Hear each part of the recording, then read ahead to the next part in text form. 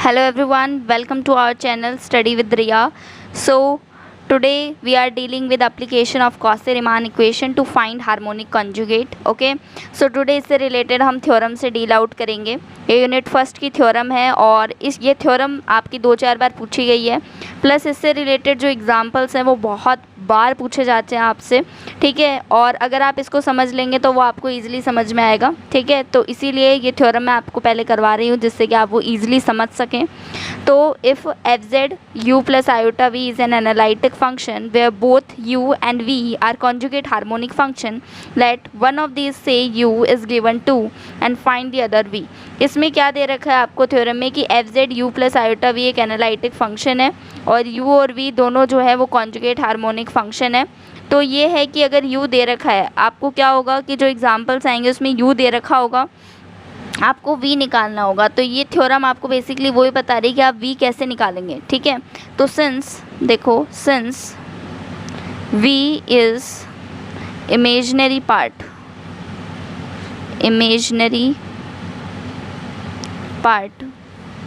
and v is a function of xy of x, y। सो हम क्या कर सकते हैं, v को डिफरेंशिएट कर सकते हैं x, y के रिस्पेक्ट में। तो वो क्या हो जाएगा, del x dx plus del v by del y dy हो जाएगा। अब हम जानते हैं जो कॉची-रीमान इक्वेशन, ठीक है, कॉची-रीमान इक्वेशन का यूज़ हो ही रहा है पूरी यूनिट में, तो ये आपको याद होनी चाहिए। कॉची-रीमान इक्वेशंस क्या होती हैं, कॉची-रीमान होती है del u by del x is equals to del v by del y, and second जो होती है वो ये होती है, ठीक है। तो ये आपको याद रखनी है। अब आप क्या करेंगे, पुट सेकेंड को फर्स्ट में पुट कर देंगे, कॉची-रीमान इक्वेशन को यहाँ पर रिप्लेस करेंगे हम। तो डी वी क्या हो जाएगा, d v by d x की जगह हम क्या लिखेंगे, माइनस का d u by d y और d x as it is. Similarly यहाँ d u by d x और ये डी वाई। ओके, ये इक्वेशन आ गई हमारे पास। अब हम क्या करेंगे, on comparing above equation,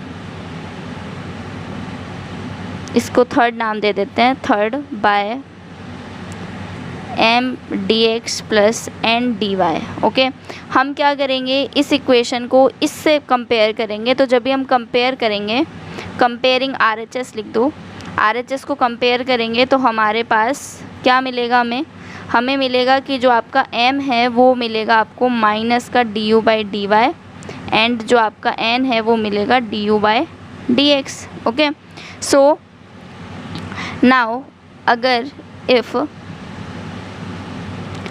del m को मैं क्या कर दूँ, डेल y के रिस्पेक्ट में डिफरेंशिएट कर दूँ, तो देखो क्या होगा, माइनस का d u by d y है एज इट इज़ m, और ये y डिफरेंशिएट करोगे माइनस का del square u by del y square आ जाएगा।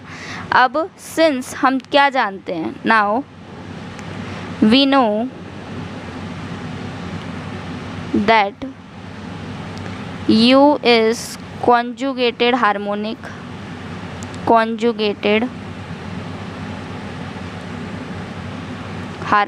function, so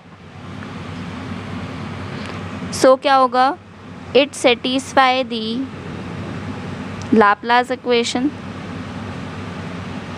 Laplace equation, ठीक है। हम जानते हैं कि जो हार्मोनिक फंक्शन होता है वो क्या करता है, लाप्लास इक्वेशन को सेटिस्फाई करता है। मैंने अपनी प्रीवियस वीडियो में आप चेक कर सकते हैं हार्मोनिक फंक्शन क्या होता है।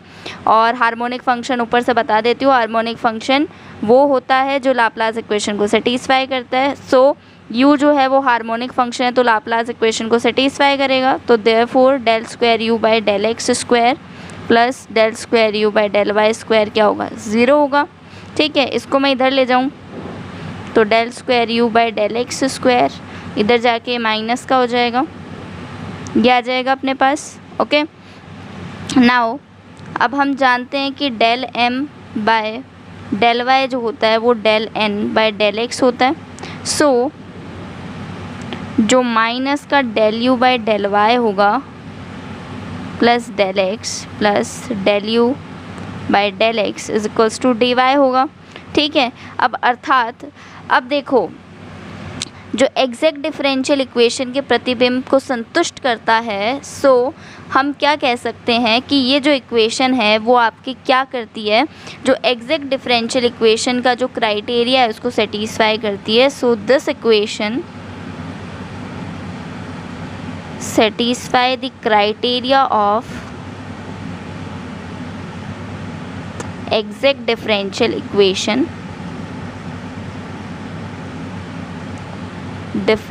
equation so on integration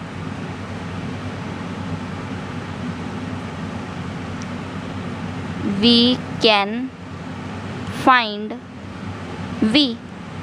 अब देखो ये इक्वेशन है, तो जब हम d v is equals to minus d u by d y d x plus d u by d x d Y.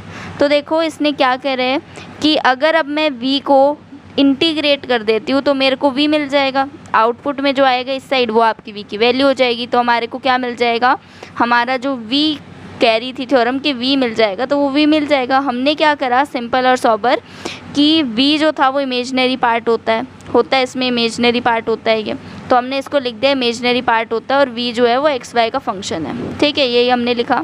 हमने dv को पार्शियली डिफरेंशिएट कर दिया इक्वेशन फर्स्ट, हमने कॉची-रीमान इक्वेशन का यूज़ करा, तो ये इक्वेशन होती है, इसकी वैल्यूज़ को फर्स्ट में पुट करा तो हमें ये मिल गया। अब हम क्या करेंगे, RHS को कंपेयर करेंगे इस वैल्यूज़ से। ठीक है, तो हमें m और n की वैल्यू मिलेगी, ये मिलेगी। अब m को अगर मैं इससे मल्टीप्लाई वो कर दूँ, डिफरेंशिएट कर दूँ y के रिस्पेक्ट में, तो मुझे ये मिल जाएगा। अब हम जानते हैं कि जो u है वो आपको थ्योरम में दे रखा है कि u और v दोनों ही कॉन्जुगेट हार्मोनिक फंक्शन है। अब हार्मोनिक फंक्शन दे रखा है, इसका मतलब वो लाप्लास इक्वेशन को सेटिस्फाई करेगा u। तो हमने u पे लाप्लास कंडीशन लगाई तो हमें ये मिल गया, इसको हम इधर ले गए। अब सिंस जो ये है वो इसके बराबर हमने लिख रखा है, वाई, बिकॉज हमारा जो कॉची-रीमान इक्वेशन है उससे हमने ये चीज़ लिखी है, तो ये जो चीज़ है वो हमें मिल गई कि ये चीज़ आ रही है अपने पास। ठीक है, ये dv के बराबर है, तो यही चीज़ हो गया कि criteria of exact differential proof हो गया। इट मीन्स कि ये क्या करेगा, इसको जब हम क्या करेंगे, इंटीग्रेट कर देंगे तो हमारे पास v की वैल्यू मिल जाएगी। हैंस ये जो आपका एप्लीकेशन था, ये जो थ्योरम थी वो प्रूफ हो गई कि u अगर हमें गिवन हो तो हम v को ईजिली फाइंड आउट कर सकते हैं। अब हम आने वाली वीडियो में इसके एग्जाम्पल के थ्रू समझेंगे कि किस तरीके से जब हमें u दे रखा है तो हम v निकालेंगे। ठीक है, तो u को जनरली ऐसे एग्जाम्पल्स आते हैं कि भाई जैसे कि आपको दे रखा है कि u जो है, ठीक है, u जो है आपका वो जैसे कि आपको दे रखा है कि cos x cos h y है। ठीक है, तो इसको दे रखा है कि पहले तो आप इसको प्रूफ करो कि ये हार्मोनिक है, सेकंड आप इसके हार्मोनिक कॉन्जुगेट को निकालो, हार्मोनिक कॉन्जुगेट मतलब v को निकालो। तो हम आगे इन्हीं टाइप के क्वेश्चन से डील करेंगे। उसके बाद में आपका मिलन जो है आपका जो मिलन नाम से एक आती है थ्योरम, वो आपकी हम करवाएंगे। ठीक है, तो आई होप कि आपको समझ में आएगा। अगर आपको समझ में आ रहा है तो आप सब्सक्राइब कर ले चैनल को for more videos like this. Thank you everyone for watching my video. Thank you.